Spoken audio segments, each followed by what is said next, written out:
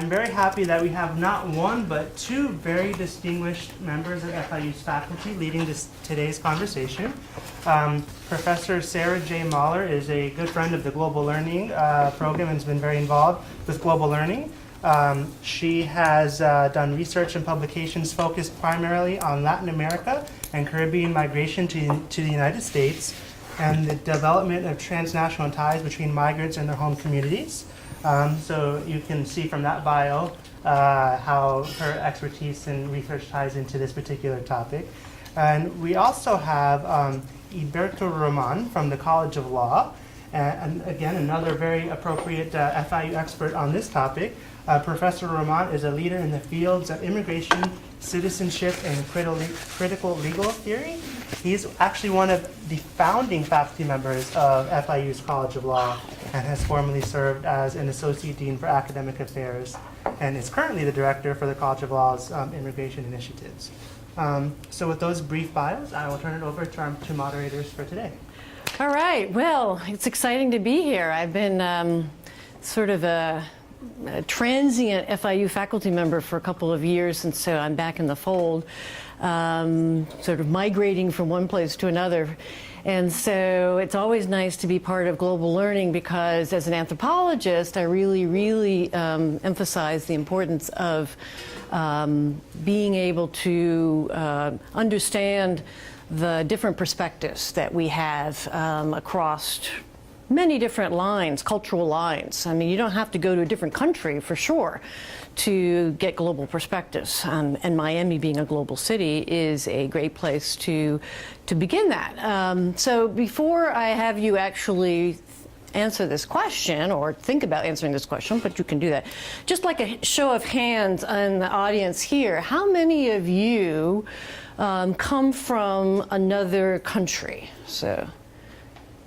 Okay, terrific. So that's the majority. That's kind of what, you know, the experience being in Miami is. Okay, so as you think about this question, which is really the question that we're going to be discussing today, however, we're going to hold to one side Miami for a few minutes, okay? Because the title for this talk was, Why Are Immigrants So Feared in the United States, sort of outside Miami? So we're gonna get talking about Miami later on.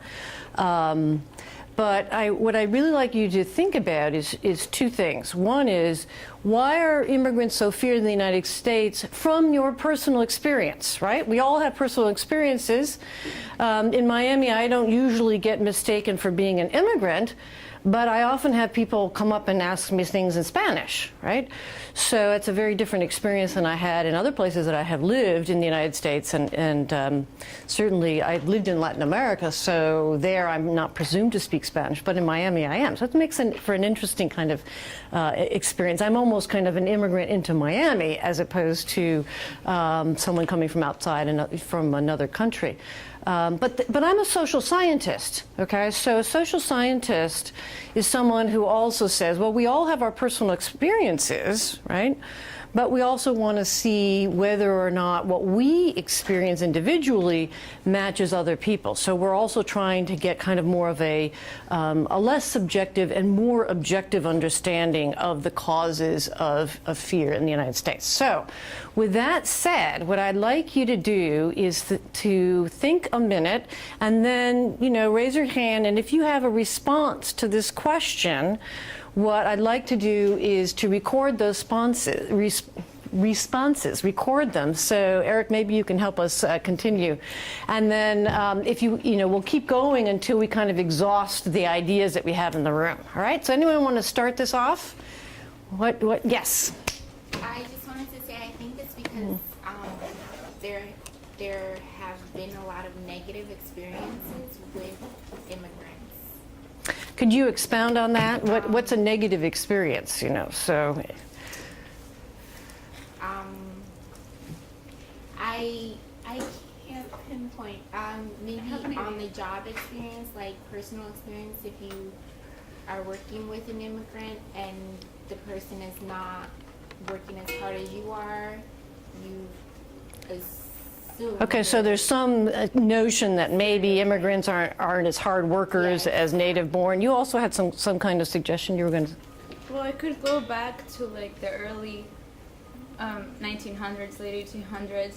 I know a friend of mine was telling me that he was in an honors college class and they had a professor teaching there. And he's teaching history, but he was not a historian. And he was talking about the beginning of it, and he was saying, oh, for the first time in the U.S. history, immigrants weren't coming to work hard and, you know, make a living. They were coming to rabble-rouse and preach socialism. And Oh, this is the turn of the 20th century. Yeah. So, yes, okay. And I mean, obviously, these people weren't. So can we translate that into that they may be politically dangerous? Can we translate that? So maybe it's got something to do with the fear of them bringing political ideas that are different into this society, okay? What other ideas do you have here? There are lots of ideas. Yes? It depends about, if we talk about immigrants, it depends between legal and illegal. For example, for illegal, they're feared because they don't want to be deported to the... No, I'm talking about why would people in the United States fear immigrants, not why immigrants are fearful of being in the United States, okay? Just to clarify. So do you have a thought about that? Okay, great. Oh, for example, in my experience, the thing is that I have been living here 8 years, and a lot of people tell me that, oh no, you're not going to do it because you're an immigrant. So it depends, because they think that we're competitive, or we can work very hard to achieve our goals. So you're saying, let me see if I understand what you're saying, that in response to this question, why are immigrants so feared in the United States? People in the United States fear immigrants because immigrants will outcompete them? Okay. Any particular place outcompete them? In the university setting? In professionals, in occupations, maybe in jobs in general? Okay, can we say it as sort of jobs in general? Okay, competition for jobs. How about that one? Okay, great. Anybody? I'm going to walk over here. Okay, great. What is your idea? I mean, I'm not saying that you feel this way. I'm just saying, how do you respond to this question, right? I think for the most part, it's fear of the unknown. You know. Fear of the unknown. Yeah. And. People you're not familiar with, you don't understand it. In my experience, you know, I've been in a lot of different states and cities, and the people that fear immigrants the most are the ones that are not really around them. I mean, we're talking about... Okay, so can I just hold off for, you've got two ideas going here, and I want to make sure that we kind of capture them, right? Fear of the unknown, people that are different, maybe that you don't understand, people that you perceive as different, right? And then the second one, and now my absent-minded professor part is coming in here, is that, what was the second part of what you were saying there? Yeah, that was trying to keep it going. Does anybody remember the second part of what he was talking about?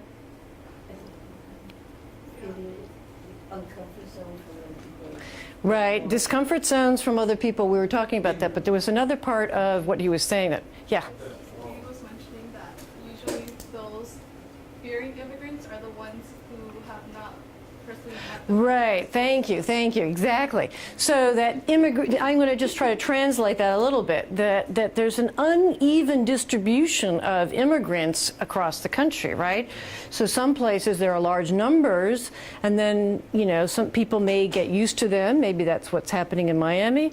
In other places there are few immigrants, but maybe they are very visible. And there are other places, and many places in the United States now, where there are increasing numbers of immigrants coming in to places that traditionally were not immigrant receiving communities. Okay. In my personal experience, because even though I'm from Zimbabwe, Africa, but I don't sound like, I guess most people will say when I tell them you don't sound like you're from outside the U.S., but I've had experiences where I actually get along with someone until when they find out, oh, I'm from another place, you know, now they, you know, there's concern that, oh, so you're not really like me.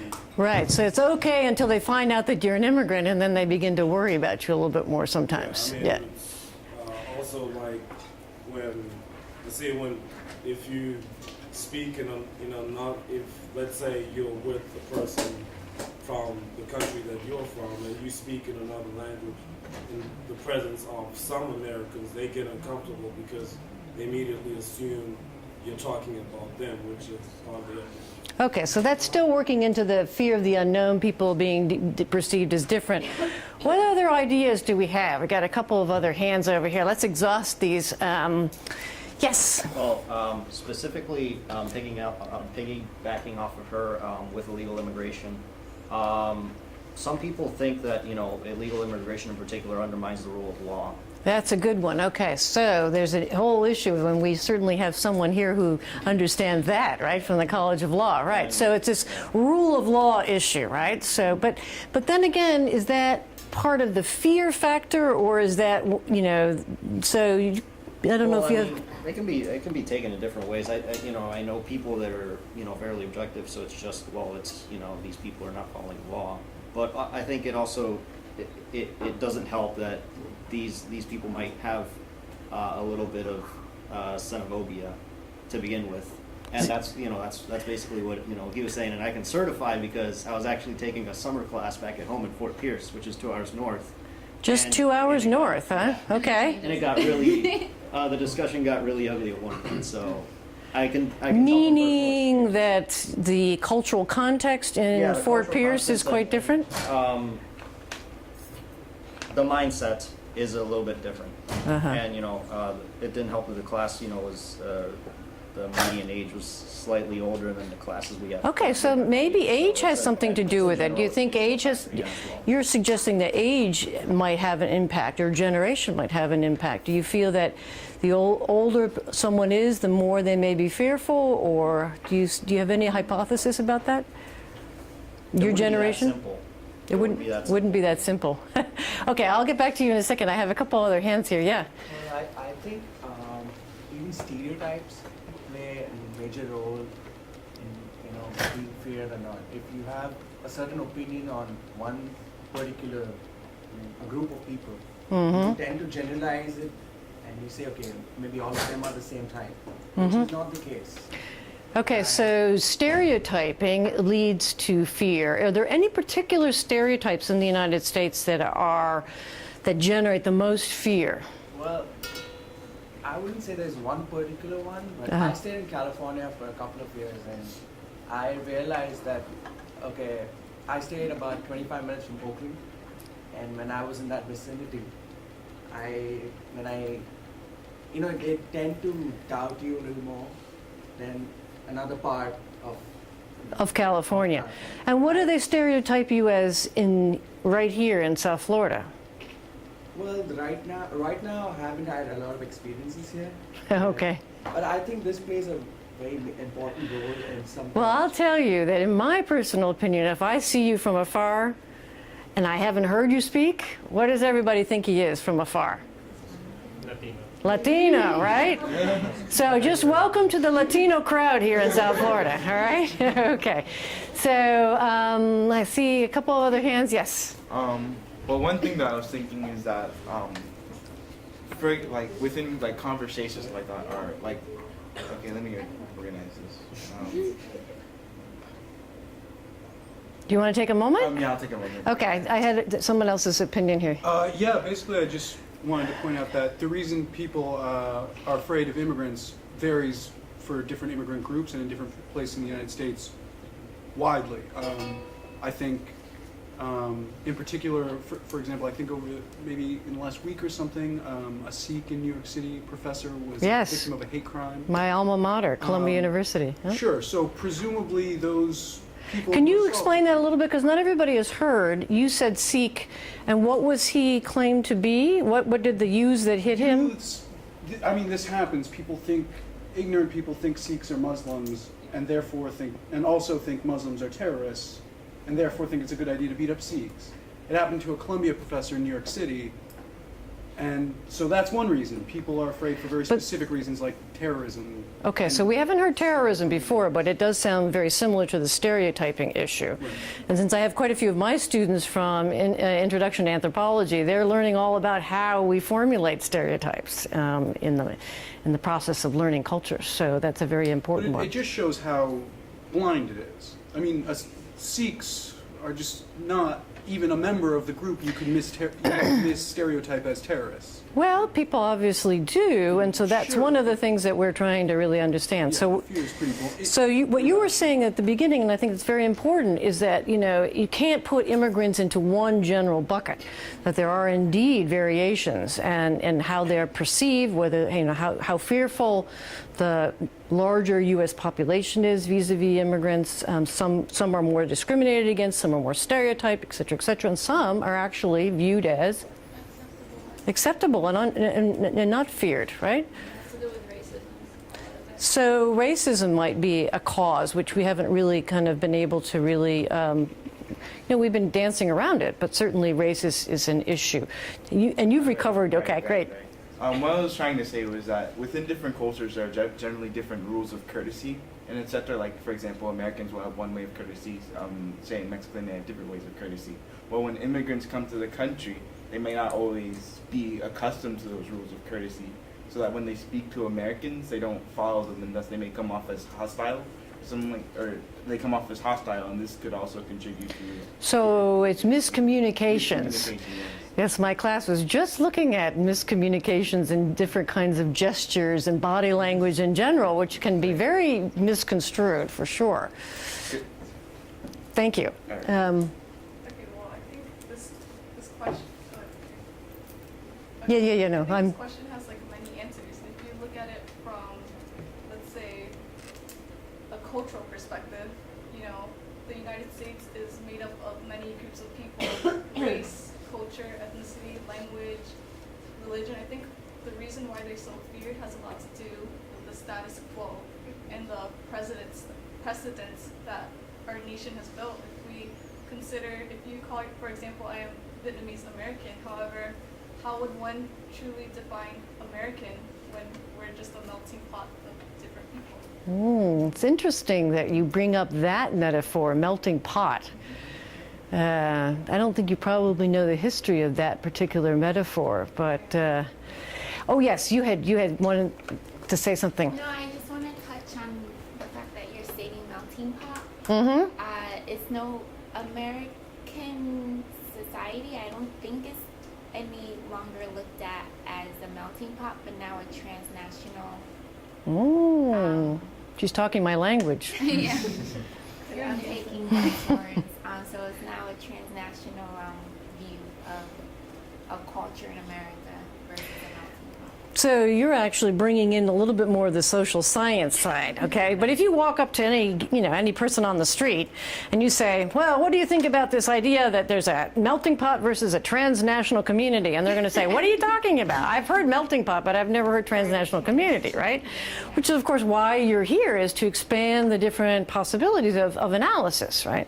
But melting pot's been around for a long time, and the basic notion is that you take a whole bunch of different kinds of metals or whatever, and you put them at high temperature, and they kind of melt into something completely new. But is that really what happens in the United States? Okay, so there's alternative metaphors like the salad bowl and things of that sort. I want to just see if there are any other big answers to the question, because I have an expert or two at the table, and I want to make sure that we take advantage of having Professor Ramon here, and I also have some ideas of my own. So I got 3 more hands. Okay, we're going to cut it off at that point. Did you also want to speak? I just wanted to add that we have to, people tend to think certain things are natural when they're not. So people think, oh, it's just natural to fear the unknown, but really no. So it has to, it's at different times in history and at different places right now, and historically, that hasn't been the case. It's not part of human nature. So these things have to be produced, and they're convenient to somebody. So who's creating this, this dialogue? Who's creating? She sounds like a social constructivist. Ooh. Yeah, because basically you're saying if where there's less immigrants, they're more feared. Why? Then how do those people find out about the immigrants? There's definitely some power structures at play here. And I mean, same thing with the age group. You said there were older people who were more fearful. It has a lot to do with, well, older people tend to look at the media a lot more and tend to look at certain representations of immigrants a lot more than younger people. So maybe media, we haven't put that down. We haven't talked about the media, at least coming from that. Now, I have several students in this class, and we've been spending time talking about human nature and all these things. So that's where my ears pricked up when I heard that you hold it.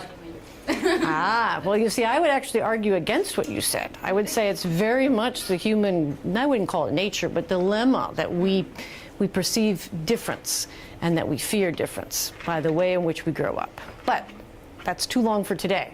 So, in terms of the melting pot / salad bowl discussion, that also brings up a good point, because it might ruffle a few feathers when, you know, like when, in terms of, well, some people think, well, you know, where does the allegiance of these people lie? Or, you know, do they think of themselves as Americans first, or as their nationalities first? are you an IR major or a political science major? I'm actually civil engineering. He does sound a little like an IR major, doesn't he? Yes, okay, political allegiance, right? You want to make sure, I mean, when people actually take the oath of, you know, naturalization, which I find to be a very strange concept, to talk about it becoming naturalized, right, when it's actually a hugely cultural function to, you know, become a citizen of a new country, right? Yeah, so but you have to swear your allegiance, right? Yeah, so people, you know, ask the question, well, you know, do these people actually, you know, like, are they actually in allegiance with the U.S.? And do they privilege the United States over all other territories, countries, allegiances? Right, right. So. Why is that important for people to assimilate? Like, I know why it is functionally, but why ideologically is it a good idea? Are there defenses for it that aren't practical? Well, that's an interesting question. It's a little off topic, but if we have time, we'll get there. I have a lot of thoughts about that, but I just want to grab the last idea before we speak with Professor Roman.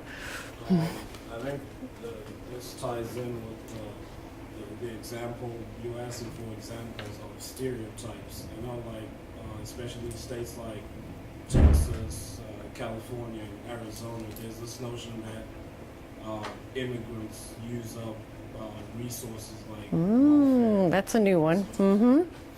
Okay, so they take more from the society in terms of use of services, resources, and so on than they contribute in what form usually is it talked about? Taxes. No, I was saying Yeah. states where that notion is high, you know, Texas, California, Right. Arizona, because I guess some of them do not make enough money to pay for everything, so they Right. use free clinics and Right, so they, just to kind of expand what you were saying, which is another very important element that we hadn't captured, is that a lot of times you hear the debates that it's not so much fearing immigrants, but fearing the impact of immigrants, that they take too many resources, that they use too many services, and that particularly those that are not here legally are not paying their fair share in taxes. Okay, so these are some of the very common reasons that are given. We have quite a few, and I'm going to ask Professor Roman to comment on the ones that you have talked about and to maybe suggest some that you haven't necessarily raised, okay? Happy to do so.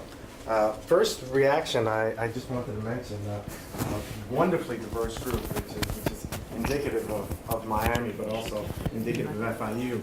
And in all honesty, you knocked my socks off in terms of, I'm not wearing any, so that probably explains why you knocked them off. But, okay, by all means. In terms of the sophistication of your comments, really thoughtful, diverse, wide-ranging views. I was really impressed by your comment. Your name? Yana, and Mr. What is it? Jermaine. Well, I thought they were really thoughtful because they related to issues I've spent well over a decade working on, not only as a scholar, but as a budding activist on a host of issues.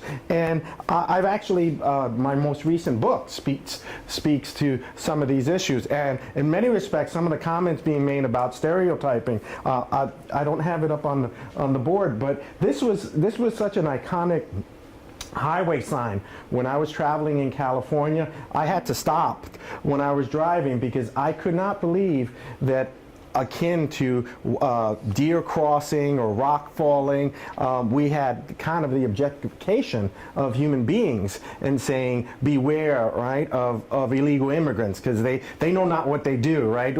So instead of putting in this context, this was a highway from Los Angeles to San Diego, and near Camp Pendleton, a military base, there had been at least one accident where an undocumented person was essentially killed by virtue of the fact that there was no way to cross this area. So instead of putting a highway sign, a stop sign, or a walkway that would be deemed to be a tacit condoning of the behavior, they didn't do that. They basically put up signs throughout the highway basically saying be careful of these individuals. And for me it was particularly offensive because in terms of looking at the photo, you basically have a gentleman there running, not holding his family, and the child basically being dragged along the roadway. About the only thing I needed further in terms of in terms of the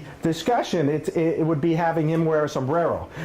And that related to some of the issues that were mentioned before, right? In terms of stereotyping, stigma, and the fear of the unknown that was mentioned before. Because let's think about it. How many of us here have heard of the broken immigration system? All right.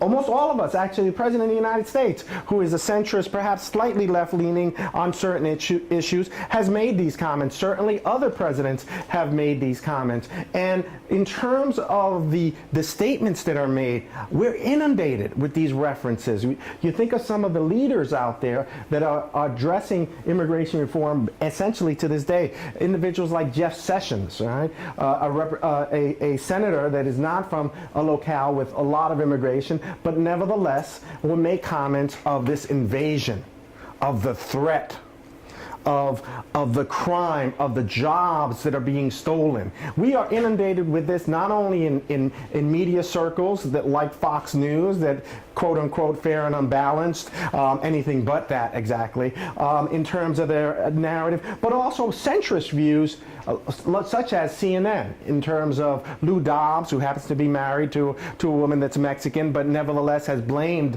undocumented immigrants from everything to a leprosy epidemic, which is not the case whatsoever. He's claimed there are 25 to 30,000 cases in the U.S. as a result of undocumented immigration. The number was actually 250 and had nothing to do with immigration, but it doesn't stop them from saying it. And if they say it enough, and it goes uncontested, it becomes essentially facts. How many of us heard, and I think some people alluded to it, competition? Well, particularly in the context of low-wage earners, in terms of certain fields like agriculture, like construction, like the service industry, you'll have billboards in states like New Mexico and Arizona that basically say, essentially, stop illegal immigration. The job you save may be your own. And if you're an old Motown fan, you would appreciate the love you save may be your own. But this is something you ask your grandparents about. Iconic song during that period. But more importantly, we constantly are told of a broken immigration system, of the threat of the immigrant, of the crime associated. How many shows like Gangland, Cops, and a whole host of other shows that make reference to this. And what I've tried to do in my work is take those threats and look at them in light of empirical data, in light of the truth, so to speak, not from just a left-leaning group like the Immigration Policy Center, not from a centrist group like the federal government and commissioned studies on the matter, but even conservative groups like the Cato Institute have examined these major stereotypes and essentially have established that none of them are based in fact, not one. They don't take away jobs. They don't lower wages. Immigration rates, and I'm going to say something you don't hear in the media, you don't even hear in Democrats, they're too fearful to say it. Undocumented immigration rates in this country are among its lowest in the history of the United States. And if you listen to the media, that's the opposite of what you hear on a daily basis. But the fact is that doesn't sell. The fact is that is not an easy soundbite. The fact is, if you want to be a politician or a media type that seems tough on crime, that seems tough on national security, why not go after someone that is no one's constituency? They are not power players, and they tend not to have a voice by virtue of their very nature, right? The very nature, and that marker we put on them of illegal. Now, what person is illegal makes no sense grammatically, okay? Their actions, if anything, can be, right, inconsistent with the law. But a human being is not illegal by definition in terms of the behavior, in terms of the marker or descriptor associated. And when we associate that, we immediately make them the other. So it's easy for us to demonize them. And when we think about it in proper perspective, though, crossing the border without documents is a misdemeanor. All right? So how many of us, all right, from driving at too high a rate of speed, right, or not looking where you're going, or jaywalking, right, may fall under the category of illegal, and the markers that come with it. Because in many of these situations where we have these outspoken individuals, they don't have to be responsive because of issues that many of you raise, and kudos to you. I wish I had many of you in my law classes in terms of these comments. And that's a real challenge, I think. The fear comes from, I believe, a lot of what was said before in terms of the dominant narrative, in terms of the I wonder really about the experiences. One of the first people said about their experiences, and that person was pressed, right, a little bit in terms of it. And I bet you wouldn't have a lot of experience with undocumented persons, because most people won't tell you. I've even had many here at FIU students tell me about their status, and some tell me, I didn't know my status. I didn't know my status until graduating from high school in terms of the dreamers that I often work with in terms of these issues. But where we do get the signals and the markers are from the media types, are from politicians, right, are from so-called experts, pundits that know very little. But again, if they go uncontested and unchallenged, it becomes truth. And that's what, hopefully the power of knowledge and dissemination of that knowledge will change things. So I'd like to open the floor and get reactions from what appears to be, right, turning the world off its axis, so to speak, in terms of immigration. Thoughts and comments related to that in light of some of these initial experiences.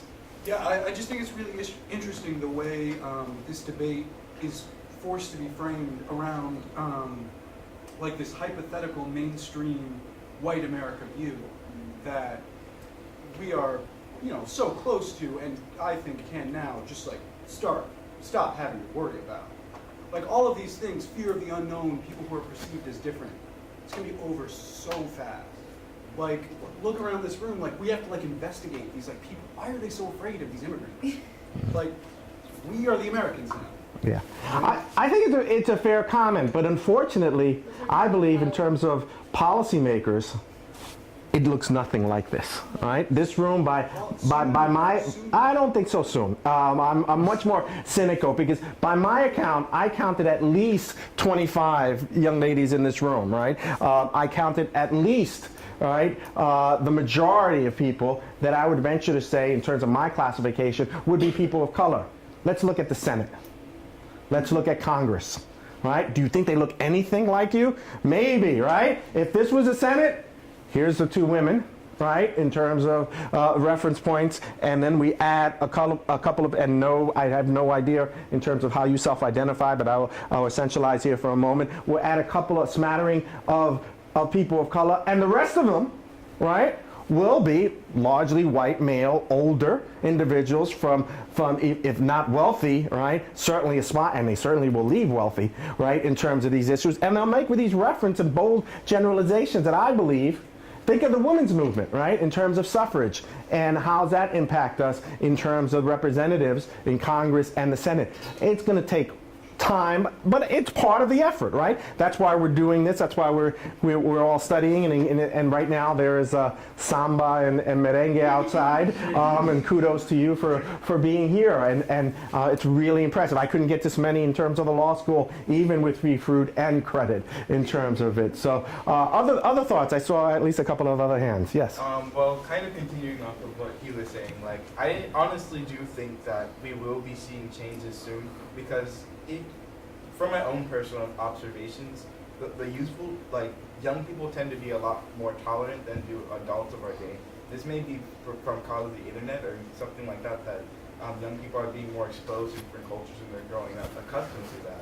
And I think that once those young people become adults, they're going to stop seeing they're going to stop seeing groups around them as, oh, you're African American, so you're different than me, or oh, you may be Hispanic, so you're completely different from me. Like I personally don't see the world that way. And I noticed that a lot of my peers, when I was in high school, etc., didn't see the world that way at all, even though my parents do a lot, and a lot of adults I do see the world. I hope so. I hope so.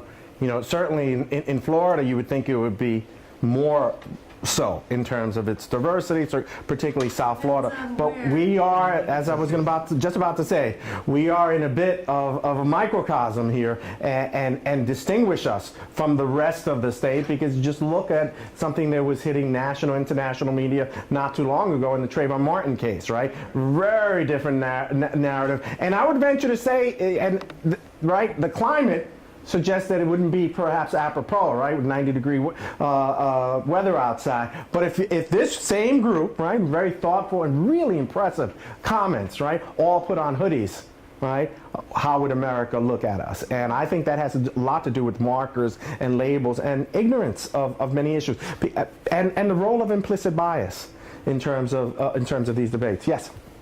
Doesn't the role of like parents also factor in hearing people? For example, your parents will always say bad things just because of your opinion.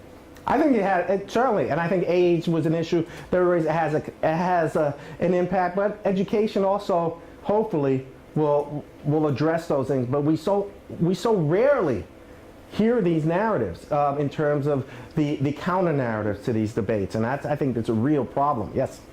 I also think it's dealing with like that have a ton of Screen for me. yeah, I'm saying I think it's dealing with party. You can be loyal to your party because I have like you're saying in case we're taught to discriminate. And my teachers and many of them are like them not knowing that like their history, the fact that they're voting for these policies that are going against their history, and their kids are firmly a Republican also, not knowing what they're voting for. So I think it's them just I'm Republican because my parents were Republican. They're not actually. Yeah, I think that relates to the last point. You know, the interesting things, if you move away from this, right, this safe zone, you will immediately find out that you are no longer, right, a member of the privileged class. And I think people get an awakening to the extent it does happen. But that's part of the challenges, and that's why you see, you know, and this is not a knock, but I think the record speaks for it. Senator Rubio, right, flip-flops depending on the week or who he's speaking to on these issues, because at times he wants to seem supportive of immigration reform, then he gets attacked by the right. Tea Partiers, and he goes against it, and yet he at least tries to bring in some informed discussion on some of these debates. But it is an ongoing challenge. Thoughts? I was going to switch hit with you a little bit again. Sure. All right. Can I have the? By all means. I got a little pop quiz for you. Low stakes since you're not getting graded, but how many of you know what the percentage of immigrants is currently, people who were born outside the United States, in the United States? What's the percentage? Anybody know the percentage? Like 12% or somewhere else. Oh, he is good. He is really on. Yeah, it's about 14%. Yeah. Okay. So what about in Miami-Dade? Well, that's a good reaction, but I mean, you know, since we want to shift the conversation a little bit towards Miami and what's going on in Miami, so what's the percentage in Miami? it's somewhere around 50-something%, right? I think that's, it's about half.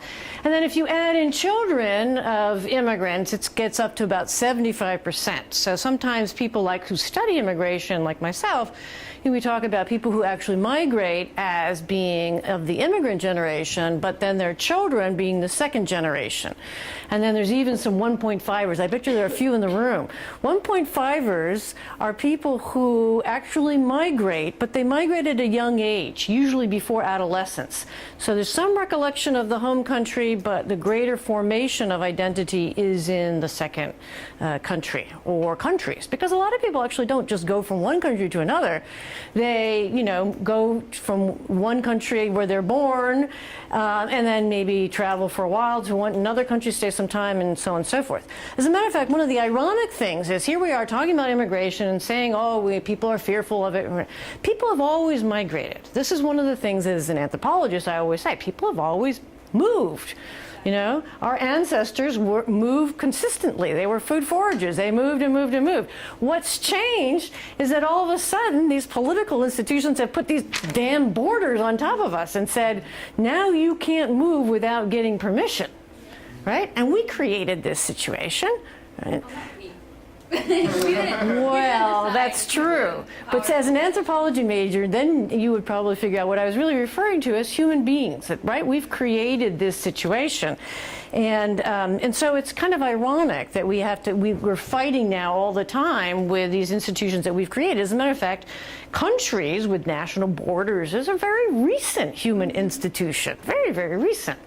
Now, people encountering difference through travel and trade routes and all these other things, that's been going on for much, much longer. But the idea that you come into my country and now you become like my people, very, very, very recent, right? And so the United States actually never declared itself as a country of immigration or a country of immigrants until the 1960s. Most people think it's always been a country of immigration. If you go someplace like Europe, which is also very heavily involved with immigration, they'll say, well, the United States is a country of immigrants, but we're not countries of immigrants. We never have been. But it turns out that the United States, only in the 1960s, when John F. Kennedy, the former president, wrote a book about being a nation of immigrants, that he was helpful in shifting this political and popular opinion to embracing, this background. So Professor Roman's point is that we also need to inform ourselves and to become advocates for the world that we want to live in, the world we want to have, right? So I also wanted to see if anyone knows what country in the world has the highest percentage of immigrants. Does anybody know, or you can take a guess? Yes? Vatican City. Vatican City. Now that's an interesting one. I can't really tell you if that's true or not. Huh? They probably don't even have a hospital. They probably don't have a hospital. I'm not sure if they're considered a country, but anyway, they are an interesting territory. Any other guesses?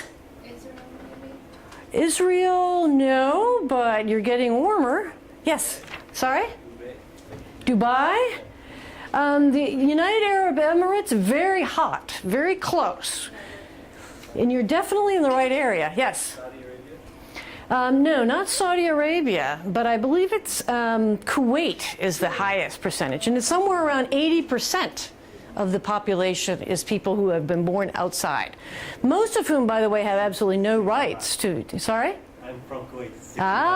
The 65. Okay, so it's very, very high. All right, very high. But in any case, the Middle East has, as a region, the highest rates of immigration, and in Europe, the highest percentage is around 25-30%, and I believe that's in Switzerland, believe it or not. So the United States, compared to other countries, has a lower percentage, although we have high numbers of people who are from another country. I wanted to just put a plug for the New York Times, since this is the New York Times sponsored roundtable, and the article that was for today really tries to help debunk myths, in particular this notion that immigrants compete for jobs. Is anybody who read it, can anybody talk about what the outcome of that article was, that they talk about that specifically? So Because I think it's really important that major media, there's a lot of distortion in terms of information, but there also are good sources of information. So can anybody summarize what they found? Yes. Well, it depends by regions, because some regions actually, observe more expenses than benefits. But on the whole, like big picture, there's a small net positive to having immigrant labor within the United States. And what is the population most likely to be affected? So that the vast majority of people in the United States, whether they're immigrants or native born, benefit from having immigrants come into the United States for a variety of reasons. But there's one particular population where the evidence seems to indicate that there is some competition. And I think that's important because we are in one of those areas. Do you know what that group was? Low-wage workers. Low-wage workers, right. So we are, in Florida, we have a lot of low-wage workers, although it varies quite a bit from one area of the country to another. I'm going to hand the center of activity back to Professor Roman to talk about Miami specifically, but I have one other interesting little tidbit I'd like to share with you. And this has to do with labeling. It's very interesting, and we're getting back to the whole issue of assimilation and stereotyping and labeling and so on and so forth. I know, because I study neuroscience, and cultural neuroscience in particular, that the mind actually labels people immediately before we have any conscious awareness that we're looking at someone. Our mind has already jumped to conclusions about these, everyone. But what's one interesting label that we haven't talked about, but I think it's very telling, is that when people from the United States actually go abroad, they have a different label than immigrant for themselves, and they are called something different. Do you know what they're called? Expats, expatriates, right? Isn't that very interesting? Isn't that, it's sort of like you get to play it both ways. When foreigners come on your soil, then they're immigrants and you have to fear them. But when you go outside and someplace else, you can call yourself an expat as opposed to being thought as an immigrant. It's very powerful how we characterize ourselves, but it's also very powerful how others characterize us. And so you, I think, have done a terrific job at being able to identify the fear and the sources of fear.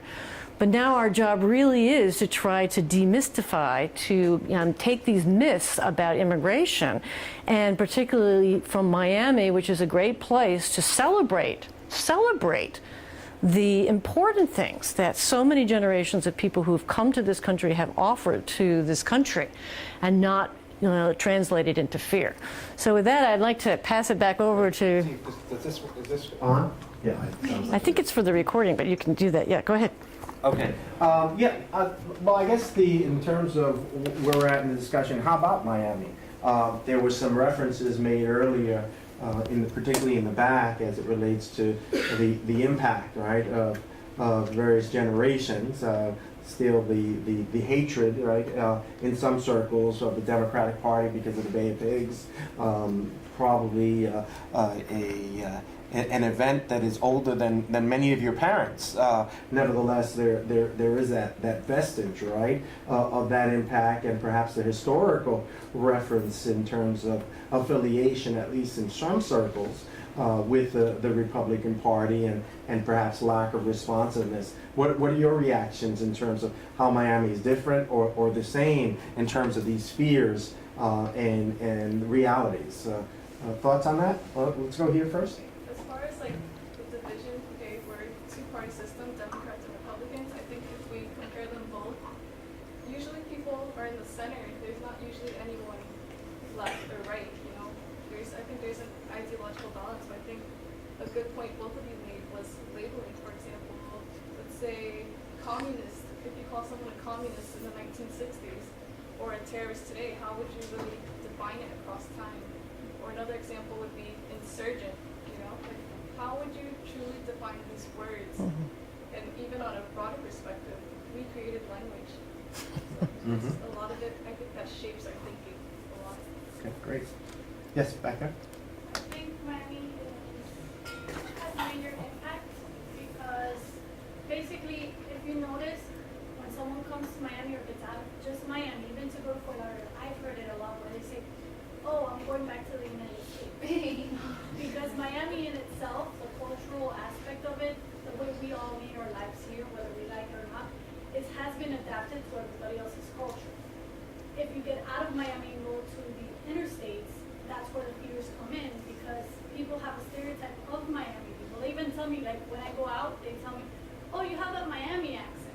You guys are so different. And they have that idea that if they allow immigrants into their states with open arms, the same thing's going to happen to their state. Yeah, I think that's a good point. You do have that accent. No, just, I have no idea what that is. I know I have a New York one, but that's about it.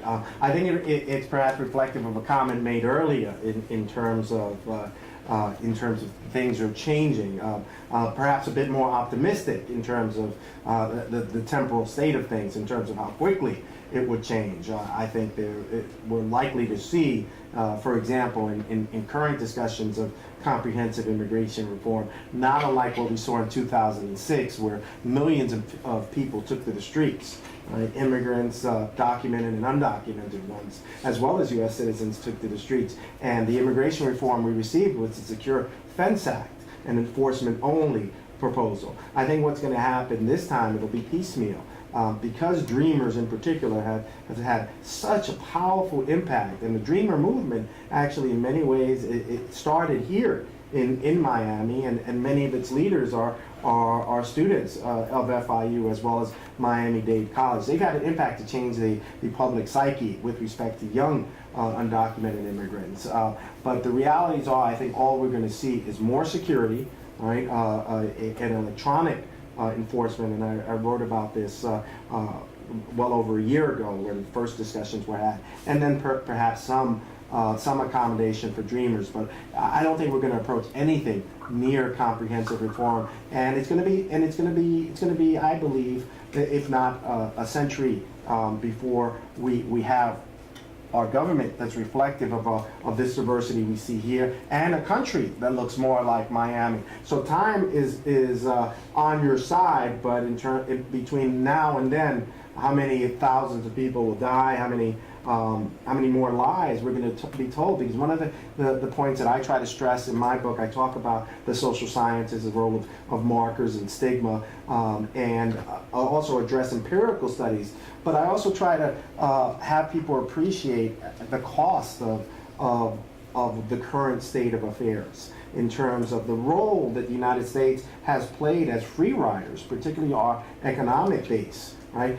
Undocumented people don't come here willy-nilly. They come here because of the demand created by the private sector, and we turn a blind eye to it, and we're a bit more than hypocritical with respect to it, because Sessions and Steve King in Iowa and Sessions in Arizona failed to recognize in their hateful comments the impact of things like their perishable goods, the cost that would be incurred, the cost of their homes and other things like that are borne and saved in many respects by undocumented immigrants. But I think over time, with schools like FIU and advocates within it, to push institutions to take more leadership roles. And I think that's happened in just the last few years. I think before you would just think of Miami-Dade College as a pro-immigrant dreamer type institution, and I think FIU with some of its monumental statements of late with in-state tuition for DACA recipients,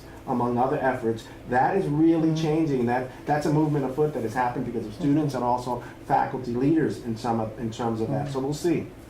One parting word, and I know we're getting very close on our time, but is just to bounce off of what Professor Roman said. Another really important area where you can make a difference, but you're going to have to do a little bit of extra work in that, is when people say, well, immigrants come here, trying to better themselves, and we can't accept everyone. We can't have everyone come here because pretty much it's the richest country in the world and everyone will come.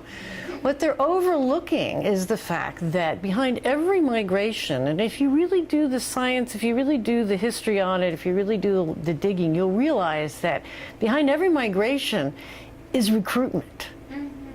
it's not people just willy-nilly saying, well, we're going to pick up and move our lives over. You know, the classic example is Mexicans coming to this country because they were recruited, you know, during the Bracero program and before that to fulfill labor shortages. And we still have a lot of recruitment, but people think, see, I always find that, and maybe this is also something to leave you with, is that, you know, immigration both is, it's both something to be fearful of and something to celebrate. Why? Because in the United States, it means that it really is truly the best nation on earth, right? Right? Everyone wants to come here, so that should make us feel good about the country. Maybe that's not true, but that's how people can interpret it. But at the same time, you fear that the goodness of what we have might be taken away if too many people come and take it away, right? And so it's really, it has this double edge to it. It flip-flops. You know, people have this emotional, good feeling sense, and then they have the fear sense, okay? But behind every migration stream, and I have spent almost all my career studying this, it begins with recruitment, okay? With the exception of some refugee movements. But in any case, there's recruitment. So it's definitely people are moving because they've been enticed, induced. All right, so we want to induce you to continue to, you know, become more profound thinkers on this issue. We really want to thank you for coming today. And I really want to thank Professor Rahman for also joining us and his terrific new book, which I think is still circulating around here. But thank you, everyone, for coming. Appreciate it. Thank both of our moderators.